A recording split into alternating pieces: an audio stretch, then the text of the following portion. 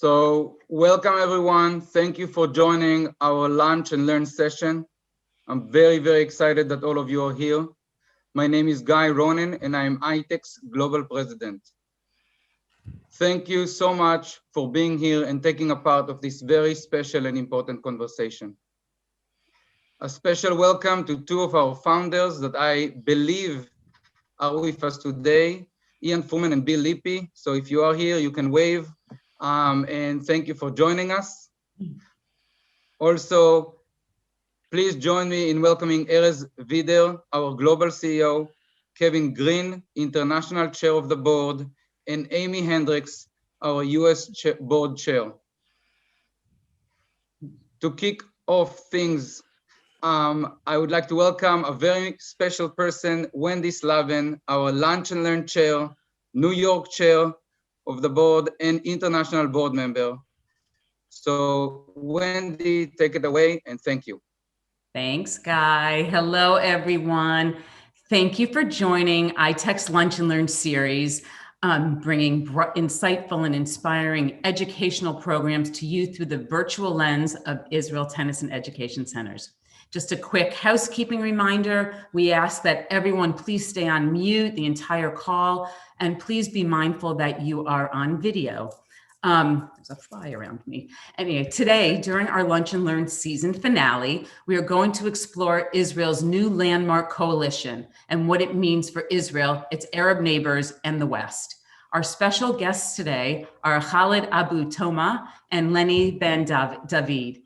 Khaled is an Arab-Israeli award-winning journalist who has been covering Palestinian affairs for more than 3 decades.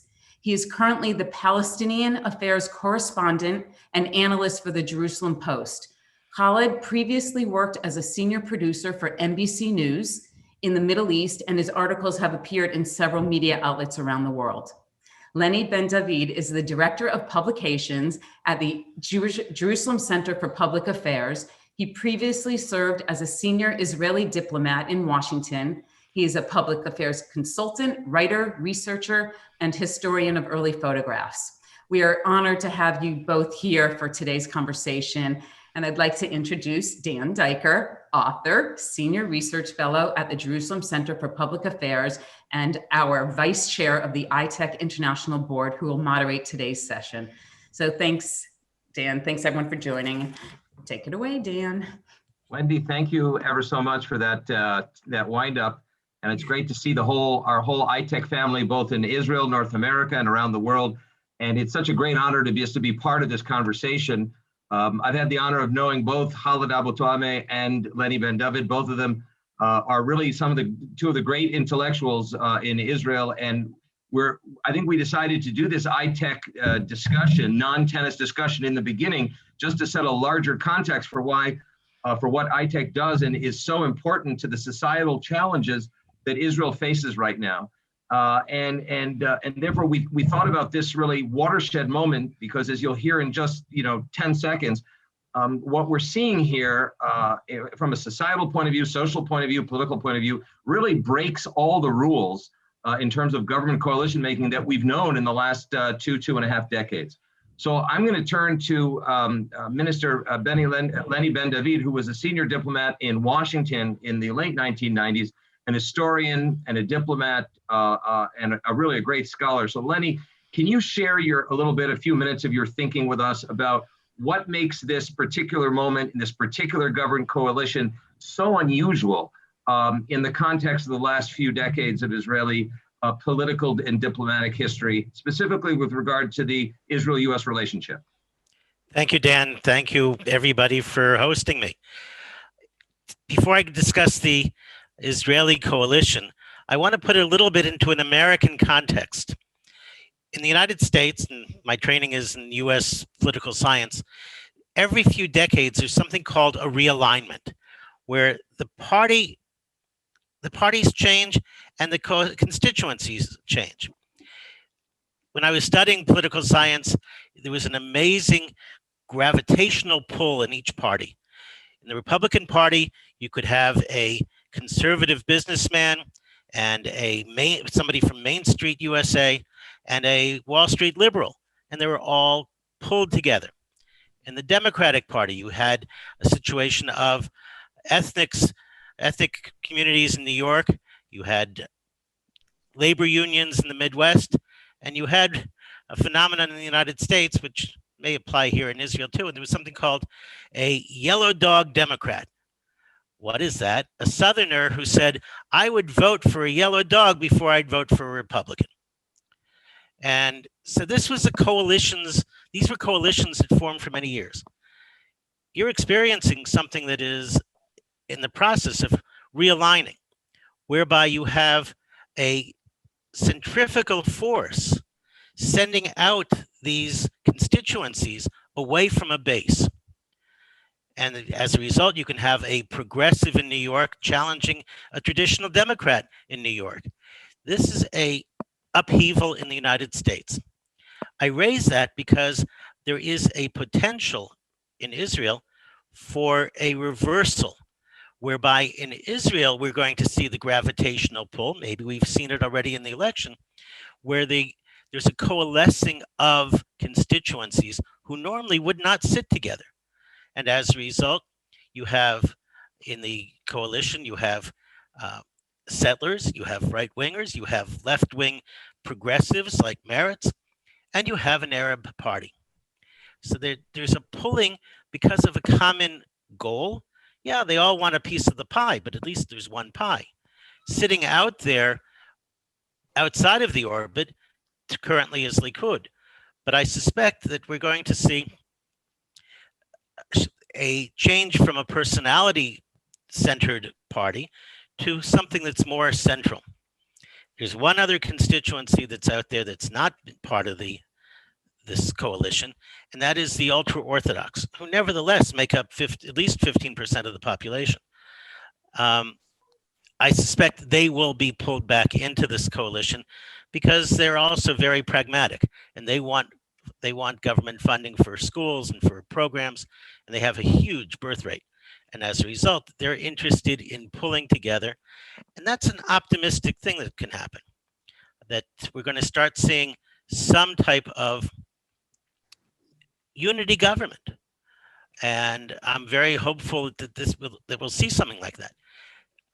What's also helpful is what's happened in the last couple of weeks, and Dan, you can refer to this too, where we look at from here in Israel, we look at the Biden administration under a microscope.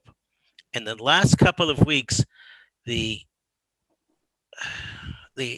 friendliness between the two countries is very impressive.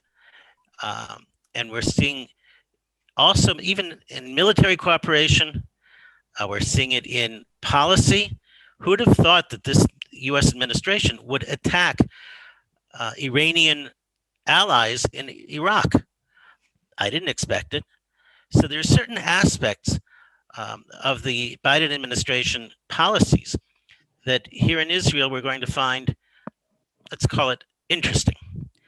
Even on the negotiations over the JCPOA, the Americans are playing hardball for now. And so the Americans clearly want to embrace this new government. And that's also very useful and helpful and optimistic. Lenny, what is your sense about the stability versus the fragility of such an unusual coalition of parties from, the progressive community, progressive left, center right, and I guess the prime minister would be defined as being more to the right of center? Thinking right now, when you were asked that question of a wagon train, and they circle the wagons, and the arrows can come flinging in from all different directions, and yet it's the interest of the wagon train to stay unified, and that's happening. We're going to have challenges on the citizenship rules. We have challenges on the budget, but for now, and we have challenges of the war in Gaza. But for now, there's a sense of let's hold it together. So call me an optimist, but I think there's a chance that they could survive all the slings and arrows. What do you think, Lenny? And I know this issue has come up among some of our family and friends from ITEC. This question's come up. What do you see as the immediate domestic agenda item that this coalition would address? I'm tempted to say the Arab community within Israel. And yet I suspect, and it's really for Khaled to answer, I suspect the Arab community, what we saw in the rioting is not the majority of, it does not represent the majority of Arab Israelis. And I think that as the peace process continues and Israel has more and more ties with countries like the Gulf countries, the Arab Israelis will have a bigger role to play in this cooperation. And I think as a result, their social standing will improve. And I think they will themselves, and again, I refer to my rabbi on this, to Khaled, I think they will see themselves more as Israeli Arabs than as Palestinians. Thanks, Lenny. I'm going to transition now to Khaled Abu Toameh. Khaled, as you know, I've learned from you over the years, and as we've written together on some of the policy briefs that we've done, we have a real milestone watershed moment here with Dr. Mansour Abbas, a dentist from Israel's north, who broke all the rules of Israeli Arab politics to join this coalition. What is, please share some of your thinking with us about the unprecedented joining of this faction, the Ram, what's called the Ram faction, the United Arab List faction of 4 seats, at a moment of great upheaval in the Middle East on the one hand, and on the other hand, in light of the Abraham Accords. And thirdly, what does Dr. Mansour Abbas's move and the Ram joining the coalition mean for another Abbas of an unrelated family, Mahmoud Abbas, who's the chairman of the Palestinian Authority in the West Bank? Khaled, what is your thinking? Well, I mean, first of all, I think that the timing of Mansour Abbas's joining the coalition is very important, not only because of the Abraham Accords and not only because of other issues related to Israel, but it comes shortly after the tragic incidents that we witnessed inside Israel, especially in mixed cities inside Israel. And I'm referring to the violence that we saw on the streets of a number of cities between Jews and Arabs, or Arabs attacking Jews and Jews attacking Arabs during the past or during May. And there was a feeling that, you know, we are witnessing a major crisis in relations between Jews and Arabs inside Israel. And many people were asking me, you know, does this mean that all the bridges are burned? Does this mean an end to coexistence inside Israel? Does this mean that the Arabs in Israel are now a fifth column, an enemy, or a cancer from within? Does this show that the Arabs in Israel do not want integration, but rather separation? All these questions were raised in the past few weeks following the tensions that we saw inside Israel. Now, almost out of the blue, you have this party, or Mansour Abbas, a 42 or 43-year-old dentist from inside Israel, an Arab Israeli, like myself, by the way, joining the coalition. And it is history because for many years, the feeling on the Arab-Israeli street was that we are being excluded. We are being marginalized. We are being kept outside the decision-making process inside Israel. And that's why there's a lot of optimism right now and a lot of excitement, by the way, among the Arab Israelis when they see that they are being, or that one of their parties is finally being legitimized. You know, for many years also, the Arab politicians or the Arab Knesset members or the Arab parties, if you want, were delegitimized by some Israeli Jewish politicians. And I can't remember when was the last time that an Arab party was actually invited to join a coalition. Someone told me the other day that prime ministers who are elected have regularly ignored the Arabs when they form the government, when they form the coalition. They don't even invite them for consultations about that. So what we are witnessing right now, in my view, is a turning point. It's very good. It's a very positive development. It's not only good for the Arabs, because people think, no. It's good for the Jewish citizens of Israel. Because at the end of the day, we live here together, and there is no other way. We have to find ways to build bridges, not destroy bridges. Now, I don't know Mansour Abbas personally, and I know that some people are afraid of his Islamist background, and they say that he was from the Islamic movement inside Israel. Okay, I'm not worried about his background, because I look at his rhetoric and his actions before the elections and after the elections. This is a brave man who went against the tide. He broke away from the joint list, which was a faction of, or a list of 4 Arab parties, and he ran in the election on a separate list called Ra'am that said, we want integration into Israel, we the Arab Israelis. He said, and I covered his election campaign, he said, I want to come to the Knesset to represent the interests of the Arab Israelis and not the Palestinians in the West Bank and Gaza. And this was an important message, because this is the indirect criticism of the Arab Knesset members, Ahmad Tibi and others, who have been criticized by Arab Israelis for being preoccupied with the Palestinian issue. Arab Israelis were telling them, we vote for you, and when you come to the Knesset, instead of representing us, the Arab Israelis, we see you representing the PLO, Hamas, and going to meet with Hezbollah and Islamic Jihad. And this does not serve the interests of the Arab Israelis.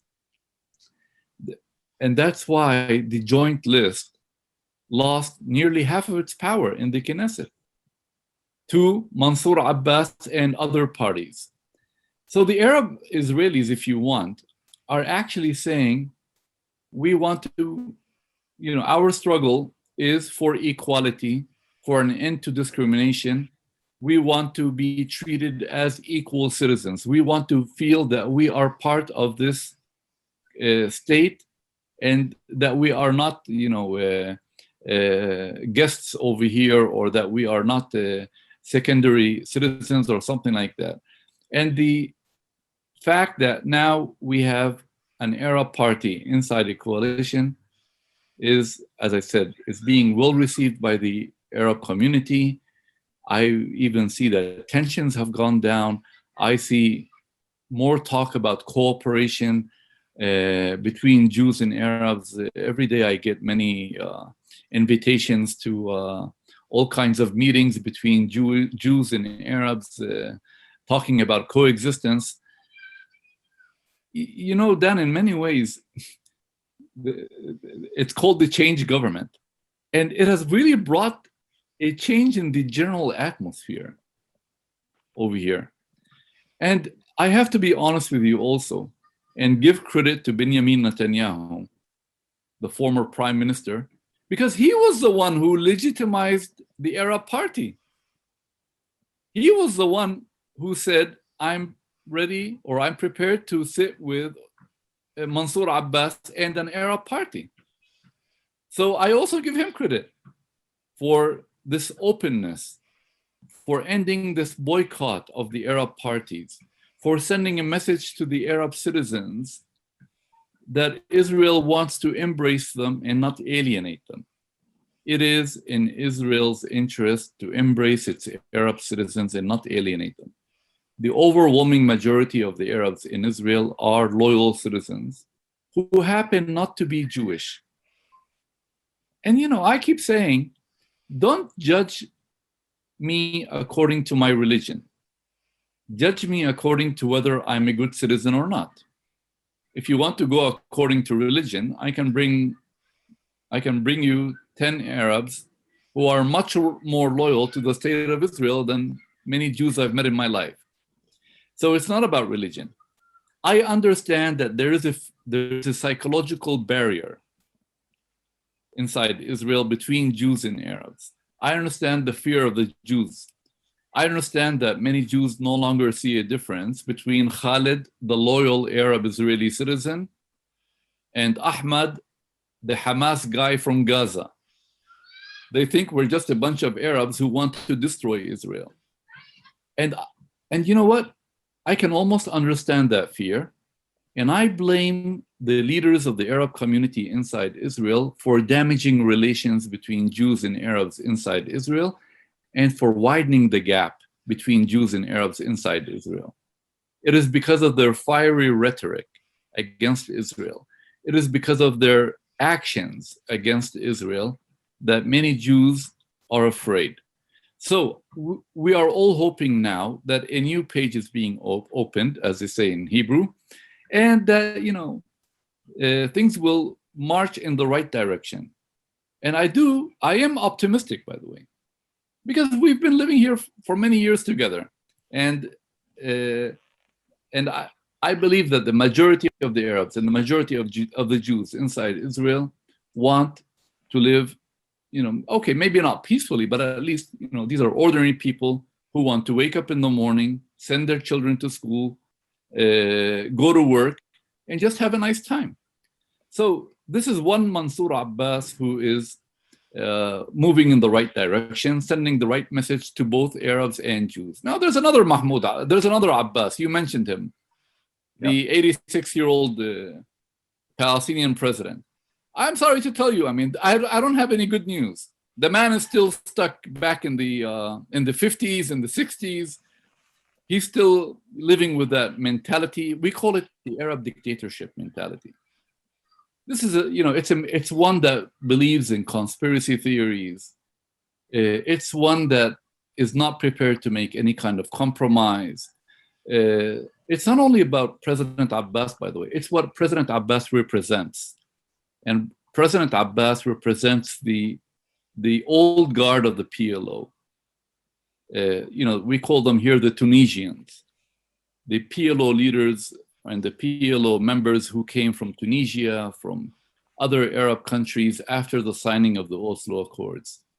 They came to the West Bank and Gaza. They established the Palestinian National Authority with the help of the US, EU, and even Israel. They built an autonomous government or self-rule government. But most importantly, they did not change. I've been covering Palestinian issues for the past 39 years. And I met Abbas in the 80s. I met him in the 90s. And I met most of the PLO leaders who are now in control in Ramallah. And I even met the Hamas people, by the way. Their message remains the same. They have not changed. And they're not going to change. These people, as I said, are stuck. So the Palestinians are unfortunate because they have bad leadership that is even depriving them of freedom of speech or of having elections even. I go to Ramallah almost every day, and many Palestinians over there, they envy the Arabs inside Israel. They envy us. They say, you guys are fortunate.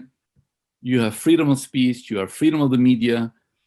And not only that, but you guys have 4 or 5 elections in 2 years, and we can't even hold one election in 15 years because the PLO and Hamas are fighting, and Abbas is fighting with his own Fatah faction, and it's a total mess. I feel sorry for the Palestinians, but that should be an internal Palestinian problem. Israel should not be meddling in the internal affairs of the Palestinians. Israel should only be looking after Israel's security. And Israel should be working to improve its relations with its Arab minority. That's much more important. With the Palestinians, Dan, we know what the solution is. It's separation in one way or another. I can't find one Jew who wants to go back to the streets of Gaza and Ramallah. We're done with that. I can't find one Jewish mother who wants to send her son to serve in Gaza or in Nablus. We're done with that. We're done with the days when a Jew was running the schools and the hospitals of the Palestinians. Most Jews want to be physically separated from the Palestinian population in the West Bank and Gaza, and that's very good, because the Palestinians in the West Bank and Gaza similarly also want separation from Israel. So between Israel and the Palestinians in the West Bank and Gaza, it's a divorce, and it's gonna happen. But inside Israel, it's not a divorce, because we, the 2 million Arabs in Israel, are fighting for integration. Our Palestinian families in the West Bank and Gaza are fighting for separation, and that is the major difference between us and them. Fascinating, Khaled. Thank you for that assessment. We have a few minutes for some questions that have been submitted by our ITEC family and friends here, and I have some of them written down. Lenny, there seems to be in the United States in past years an issue of bipartisanship with Israel. And the question is there a new opportunity in your view, or put it this way, what would the Prime Minister and the Foreign Minister have to do in order to recreate a greater sense of bipartisanship, between Republicans, Democrats, and this governing coalition? How does one put his arms or her arms around this challenge? Excellent question, and I'm not sure I have an answer. One thing that's very important regarding the Democratic Party is to see what message is coming out of the White House and out of the Secretary of State. And that's, I mentioned, we're hearing good messages. There is no interest in this Democratic White House of having a clash with Israel, of, to use the term that was used in the previous Democratic administration, of having light between Israel and the United States. This is an administration that realizes if you have light, then you're blinded. And so as a result, I think we're going to see members of Congress traditionally supportive of Israel, who are going to get courage, encouragement from the administration to continue this. And that's very positive. It's going to be a top-down influence on the Democratic Party for the bipartisanship, rather than coming from the grassroots, because the grassroots has a few members that are wild weeds. Mm-hmm.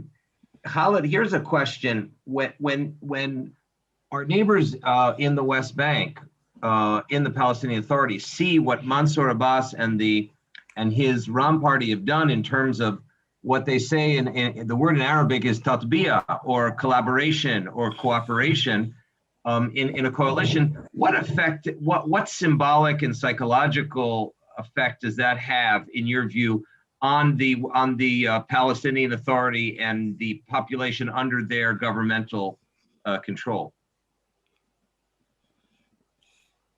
Look, I would divide the answer into 2 parts. First of all, there is a reaction of the Palestinian Authority, and then there is a reaction of the Palestinian street. The Palestinian Authority has so far refrained from commenting on Mansour Abbas's decision to join the coalition, because their argument is we do not meddle in the internal affairs of the of Israel, and it's up to the Arab Israelis to decide their own fate. We cannot advise them or tell them what to do. So officially, the Palestinian Authority has not commented on it. Although I think that some people in the Palestinian Authority may not be happy, with an Arab party joining or sitting with other right-wing parties in a coalition, such as Bennett's party or Gideon Saar's party and all that. But as I said, on the official level, there is no reaction. Now, on the Palestinian street, you hear different reactions. There are people who denounce him as a normalizer with Israel, saying, "Oh, this promotes normalization between Arabs and Jews. Why is he doing it?" Others accuse him of being an opportunist, saying, you are deviating from the national consensus among Arab Israelis. You divided the Arab Israelis by joining this coalition, or by even breaking away from the joint list. Now, there are other people, by the way, who call him the representative of the Muslim Brotherhood in Israel. It's because of his affiliation with the Islamic movement inside Israel. And they're like walking around scratching their heads and saying, what's going on in Israel? We can't even understand Israeli politics. Just a few days ago, some Israeli politicians were telling us that these Arabs cannot be trusted, and the Arabs are a threat to Israel. And now we see these Israeli politicians bringing in someone affiliated with an Islamic movement, with the Muslim Brotherhood. So these are, the different reactions you get. But I can't say that Palestinians are reacting as one or in one voice to this. Mm-hmm. Others are saying, let's wait and see if he comes up with anything good. Lenny Ben David, I want to ask a question that reflects the question. A number of questions have come up from our family and friends here on the call regarding Iran. This has come up again and again in a number of different forms. The previous coalition, former Prime Minister Netanyahu's strategy with Iran was to many quite different than what appears to be already with some of the messages that have been communicated by Foreign Minister Lapid and Prime Minister Bennett with regard to the United States in cooperating on Iran. Can you comment on what you see as a potential different approach here? We had President Rivlin with President Biden, and President Biden said clearly Iran will not get a nuclear weapon, which is something that President Obama had said as well. But what is the new context for such a statement? That's the question that came through on my iPhone from an ITEC member, donor, and supporter. How do you understand the new context for such a comment by the U.S. president? I think we're seeing both administrations, both new, trying to embrace each other to discuss the issues, to find common links. And frankly, I'm surprised how the American negotiators and the American decision makers are starting to see a little bit of what Israel's case is. People are not aware of the fact that yesterday there was a joint military exercise, Air Force exercise of F-35s. And flying over Israel were Israeli planes, American planes, British planes.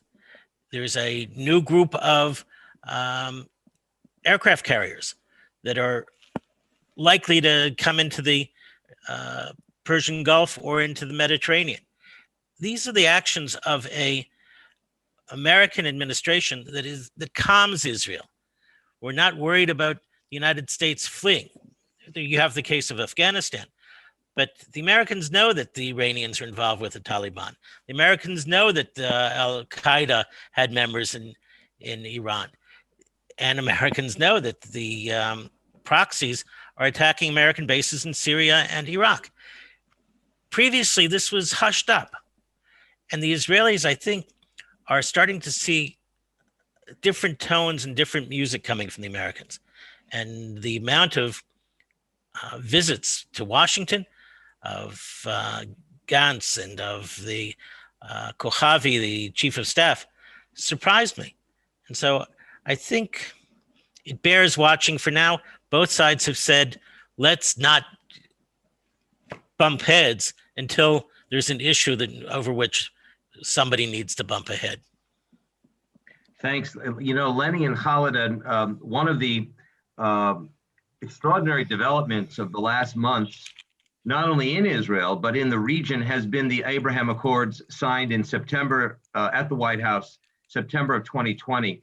And at the Israel Tennis and Education Centers, I don't know if we discussed this with the two of you, but there was no less an historic moment when one of our young women tennis players was invited for the first time to the UAE as an official entrant to compete in a professional women's tournament. And she got to the third, she won two tremendous matches. The Israeli flag flew, which was unprecedented in an Arab country. And that sort of brings to mind, Khaled, the importance of the Abraham Accords, to both of you, the importance of the Abraham Accords, which sometimes, from a media standpoint, falls into competition with the Palestinian issue constantly. How do you quickly see the importance of the Abraham Accords, and how do you see them playing out as we move forward with this new constellation in Israel? I'll take the 30 seconds to say to the tennis center people that one day that tennis player is going to be an Israeli Arab representing Israel and in the UAE. And it's not so far away. So, Khaled, I'll turn it to you. Look, I think the Abraham Accords are like one of the best things that could have happened in our part of the world and to Israel. And honestly, we were all caught by surprise because this is real peace. For the first time, we feel over here that this is peace between people and people, and not only between government and a government. You know, we have two peace treaties with Jordan and Egypt. Unfortunately, these are very cold peace agreements. You don't see Jordanians and Egyptians visiting Israel. You don't see any kind of interaction.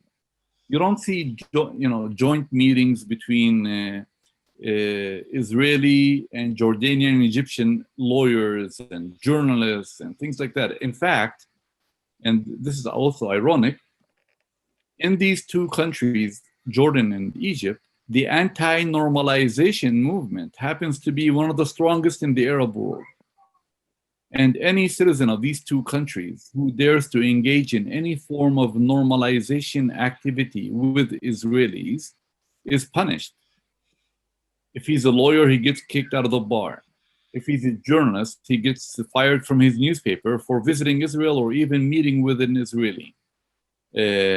Now, the Abraham Accords brought something new. For the first time, you see people in the Gulf, specifically in the United Arab Emirates and in Bahrain, calling themselves Zionist Arabs. You see people defending Israel's right to exist. You see them publishing things that would have sounded as if they were taken from AIPAC publications.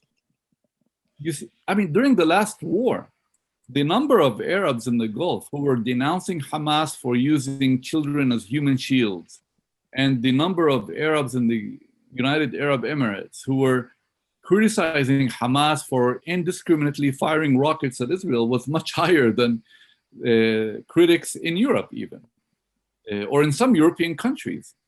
And that marks the beginning of a new era. This is very good news. And as we are speaking, the Israeli foreign minister is in Abu Dhabi And yesterday he inaugurated the Israeli embassy there. And yesterday the Bahrain announced the appointment of its ambassador to Israel. And you know what's even encouraging is that during the Israel-Hamas war last month, we didn't see these two countries, strongly denounce Israel or say that they're going to break their relations with Israel, or even come out in support of the Palestinians. And it seems as if, it's business as usual for them, and they are determined to continue with this peace process. Now, unfortunately, when you look at the Palestinian situation, you see that the Palestinians are still marching backward. I talked about how the Palestinian leadership has not changed. If you want to make peace with Israel, you need to prepare your people for peace with Israel. Palestinian leadership has not prepared its people for peace with Israel. In fact, Palestinian leadership is doing the exact opposite. Palestinian leadership is inciting its people against Israel on a daily basis. Palestinian leadership is investing more in delegitimizing Israel than thinking of ways of reaching a peace agreement with Israel. The only rhetoric I hear in Ramallah, I don't even want to talk about Hamas yet in Gaza, but the only rhetoric I hear coming out of Ramallah is, we want to prosecute Israel for war crimes. These Israelis are committing genocide. These Israelis are doing ethnic cleansing. Israel is an apartheid state. Israel does not want peace. Israel wants to kill us. Israel wants to steal the land. These are the messages coming out of the Palestinian leadership in the West Bank. Now, with messages like that, what are you doing? You are radicalizing your people to a point where you, the Palestinian leadership, can no longer make peace with Israel. Because if you keep telling your people how bad Israel is and how evil the Jews are, your people will kill you if they ever see you making peace with Israel and the Jews.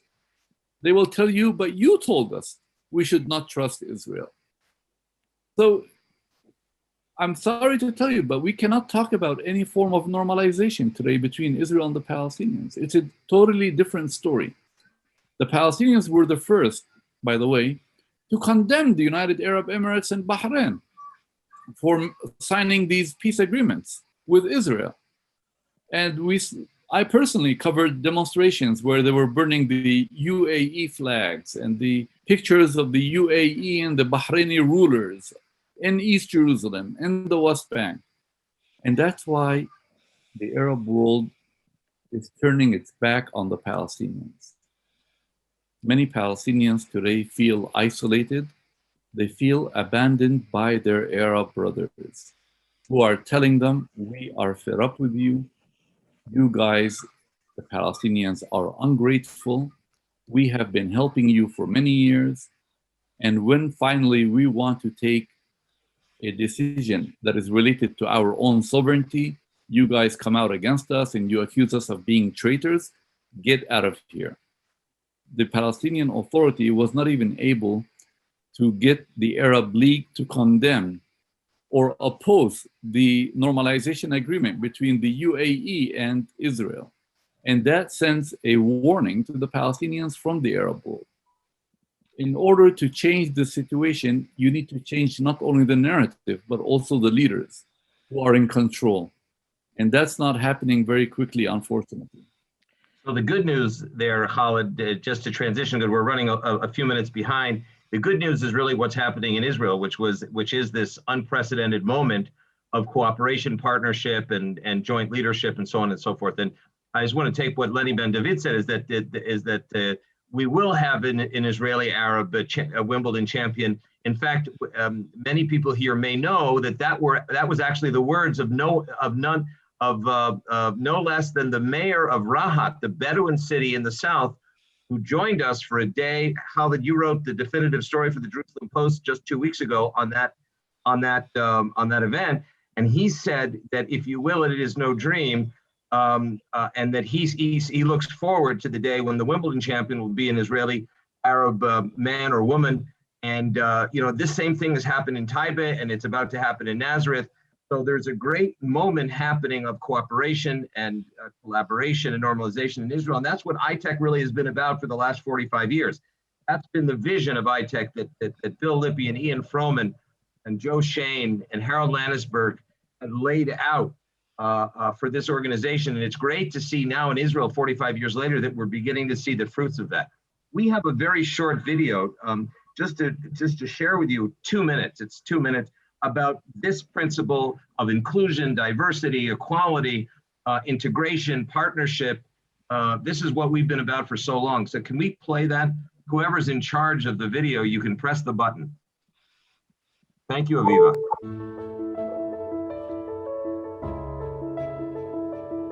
What I'm most proud about the tennis center in Jerusalem is that everybody's invited to come and play. We have, communities that would never have dreamed of playing tennis.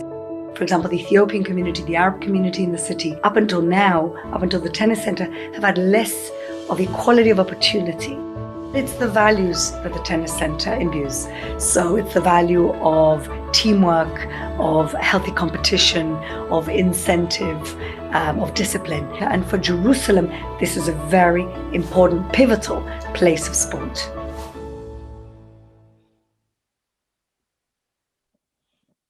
That was great. That was right to the point, I guess, right?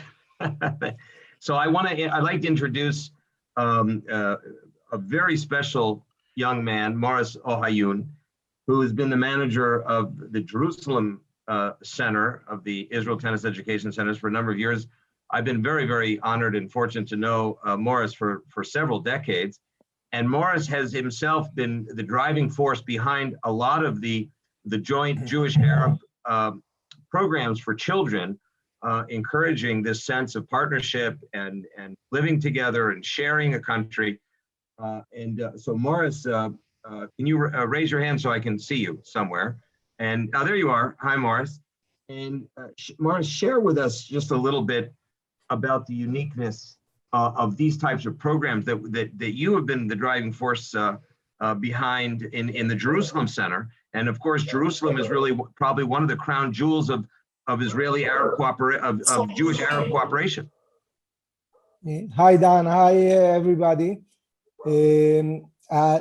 The video that we just saw says everything. That woman we met before. The kids, the tennis center in Jerusalem is right 2 minutes or 5 minutes from the biggest Arab village in Jerusalem, Beit Safafa. And we've been in cooperation for years, for more than 15 years now.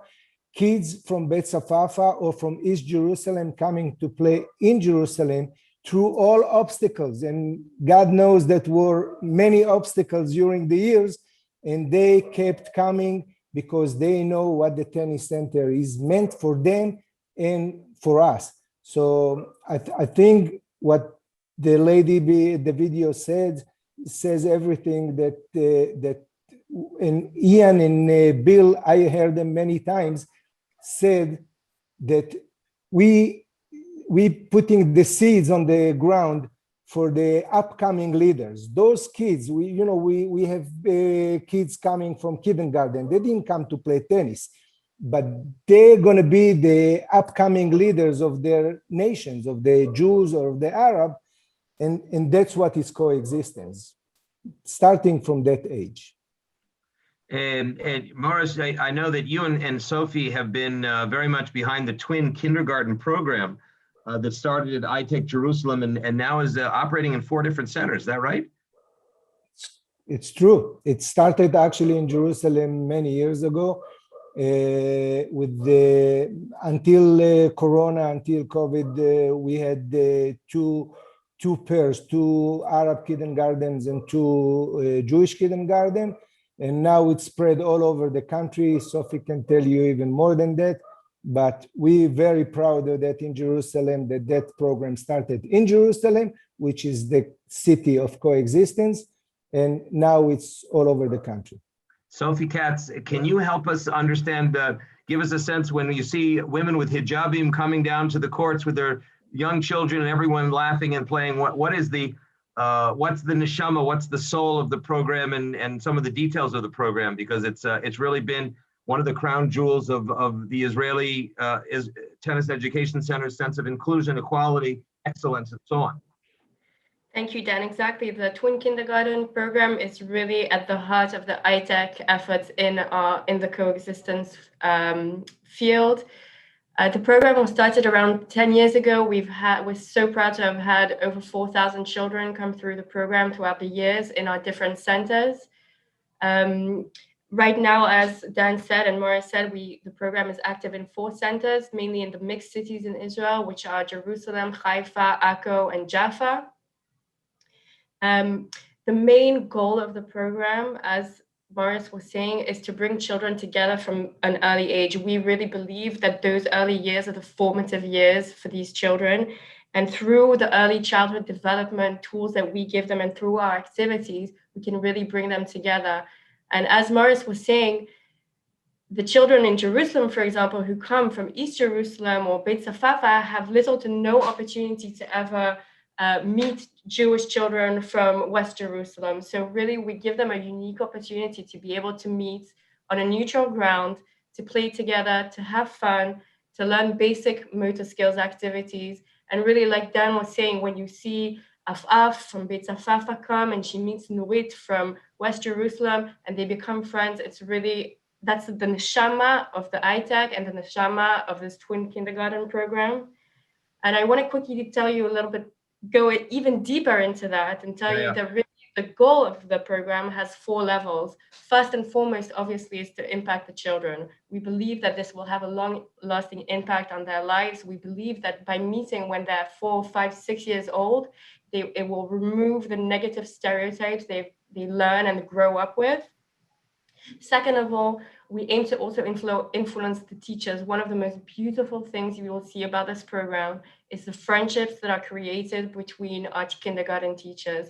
They start to share curriculums. They talk to each other outside of the tennis centers. You will see, Maurice can tell you about the amazing visits of the kindergartens in each other's classes. So not even at the ITEC, twice a year, we have the Jewish children go to the Arab kindergarten and the children from the Arab kindergarten go to the Jewish kindergarten, and that forms a real friendship between the teachers.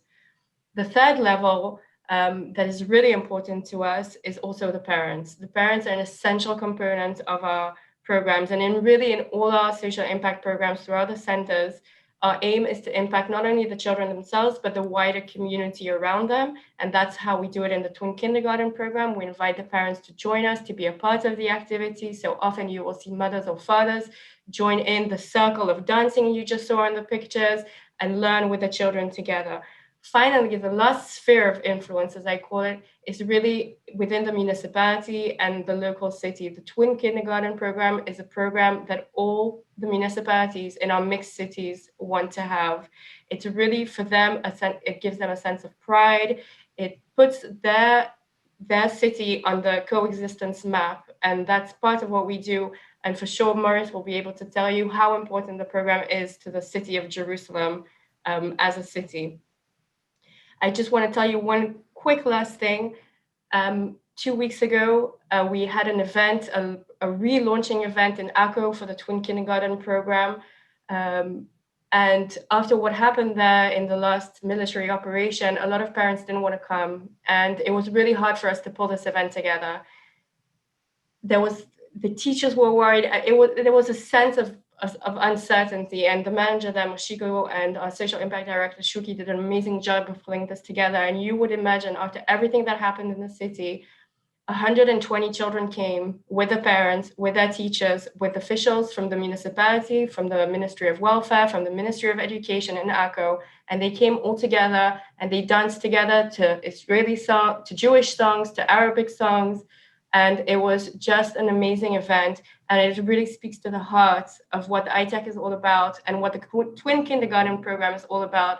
And during these times, it is essential for us to continue with these programs. And this is what will bring us together. This is what will bring the children together. Sophie, Thank thank you so much. Very eloquent, and informative. And I think you sort of laid the capstone to the drama of today from every point of view. And I do notice on my screen some very important questions that you folks have asked, Bruce, Miriam, and others. We simply are out of time. But the good news is this. Please, everyone on this call, let Wendy Slavin know, or Amy Harrington know, if you'd like to have more current events type of Zoom conversations. We have all of the content and all of the relationships here in Israel. We're happy to do more from any kind of angle that you'd like. But again, we're a little bit limited on time, and I want to thank you all and turn it back to Wendy Slavin just to sum it all up. Thank you all for your attention. Thank you very much to Lenny and Khaled for your incisive comments, and we hope to have you back again soon. And let Wendy know about more types of these conversations. We can put them together. More than happy to do that. And I think very important context creator for everything that Sophie Katz just mentioned and Morris mentioned about what we're doing at ITEC. Back to you, Wendy. Okay, thanks so much, David. Sophie, oh my gosh, I'm weepy. Thank you all for being here, and thank you, Khaled, Lenny, Morris, Sophie, and of course, Dan for leading these incredible Lunch and Learns and our season finale. So just a few quick announcements. ITEC's 45th anniversary mission, a journey to the UAE and Israel, set for March 20th to the 29th of 2022. We have around 20 spots left out of 105, so you better sign up quickly. We are excited to announce that we will begin having our in-person events and exhibitions. A team of ambassadors from the ITEC will be traveling to the US for a few events this summer. From August 12th to the 30th, our events will take place in the Hamptons, Short Hills, New Jersey, Cleveland, Ohio, and Youngstown, Ohio. And we really encourage you to attend and invite your friends, family, colleagues to meet the children from Israel. For more information, you can contact Yoni Yair and Kathy Mullen. In November, my favorite month, our ITEC Gala of Hopes and Dreams returned live this year, finally. This year, we're not just doing one event, we're hosting 3 events in Chicago, New York, and Florida. Each event will include a live concert featuring Max Weinberg's Jukebox. Max is Bruce Springsteen's drummer, and Max will be there with his full band. Please do not miss it. You'll be getting many, many emails, as you know, from all of these events and all the things that we do. So look out for them. And just thank you all again for joining us today, and have a great summer.